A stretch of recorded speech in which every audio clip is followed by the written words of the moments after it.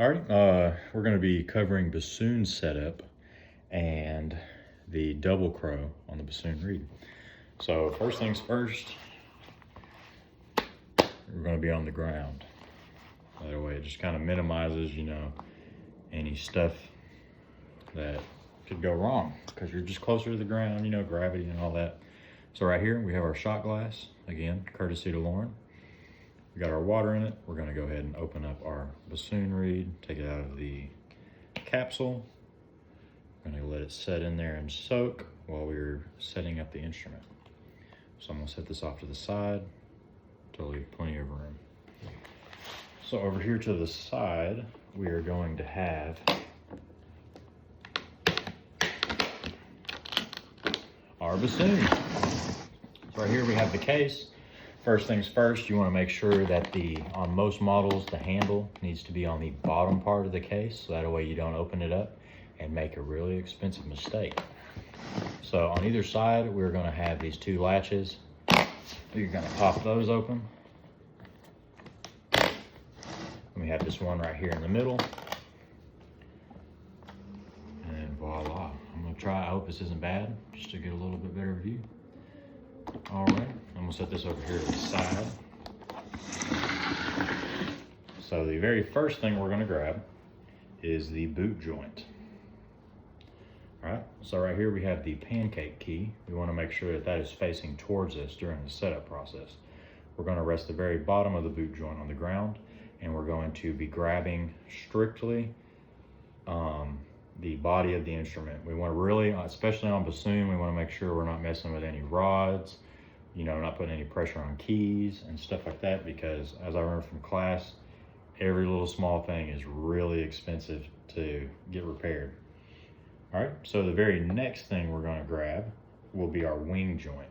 So we know that this is the wing joint due to that little curvature that will perfectly fit around the long joint. So this one right here, we have the cork on the bottom. The other ones, they have thread.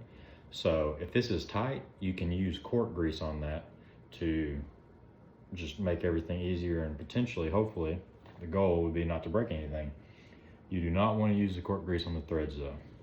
So with that pancake key facing you, we're going to put the wing joint into my right side hole.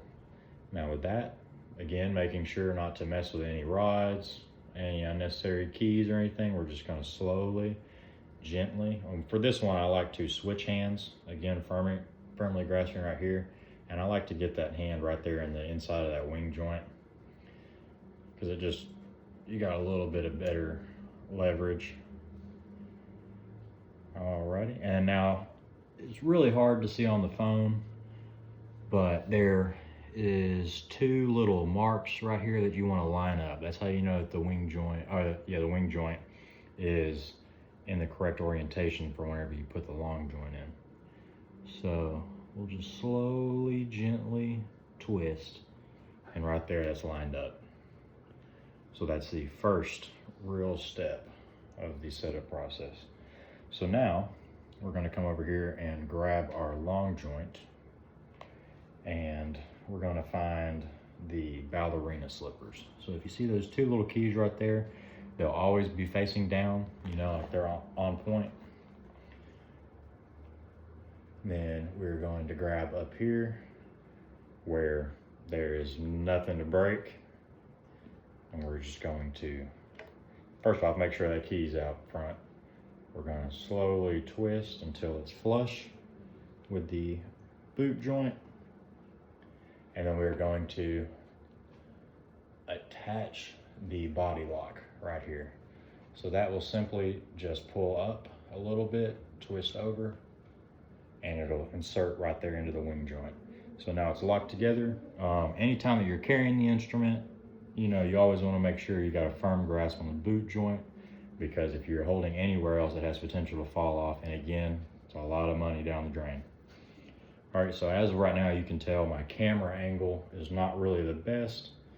So we're going to grab the bell right here. So we will have the key on the bell facing towards us, and we'll cover that with our thumb.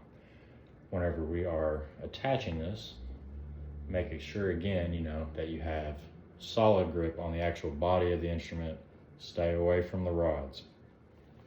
That'll go right up here onto this threaded section.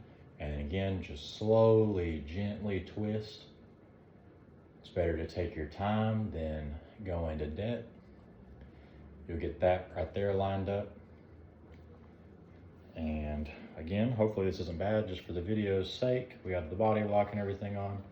So as you can see right there, we have the bridge key, everything's all lined up, and we have the entire bassoon put together. So the last step, I would have to say, there's two more steps. I'm not gonna mess with those right now. So we have the bocal. You would hold that in between your hands, mainly like on that first curve, and just very gently, you will put that into that top part of the, slowly twist it into the wing joint. Then we also have the boot strap. That will simply just lay over the chair. It'll attach into one of the holes on the bottom of the boot joint, and then you will sit on the strap, and that's what supports the instrument and keeps everything safe. So now we're going to cover the breakdown of the instrument. It's pretty much the same thing we just did, just a different order. So you press the key on the bell, make sure you're staying away from any rods or keys. Slowly untwist gently. We will grab the bell, put that back with the key facing up into the case. Next, we will undo the body lock, securing that back onto its little resting place. Again, making sure to hold on to solid parts of the instrument. We will use slow, gentle twisting motions to get that undone. For this specific instrument, this one will go ballerina slippers facing up, and they'll be pointing to the right side of this specific case. Next, we will switch hands, gently secure the wing joint, and we're just going to slowly work it off. Remember, patience is a very good virtue for these specific instruments. So now we'll grab the wing joint with that little curvature. We'll insert that back into the case with the keys facing up, and we will have that little curvature will rest next to the wing, the long joint. So now we'll have the boot joint. For this specific case, you'll have the pancake key facing down with the bottom of the joint facing to the right. Just like so. I'll go ahead and give you a little overview. We have everything all nice and put back together and safe. So now we will grab the shot glass from earlier.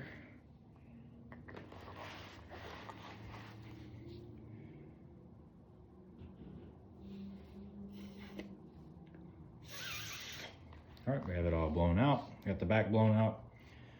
All right, and so what I found best for producing the double crow, because at first I was just getting the single crow, was to bring your lips closer down onto like the end of the reed. So I'll demonstrate that now.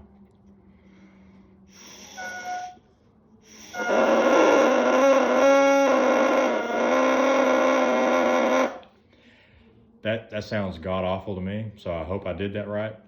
Well, anyways, thank you very much.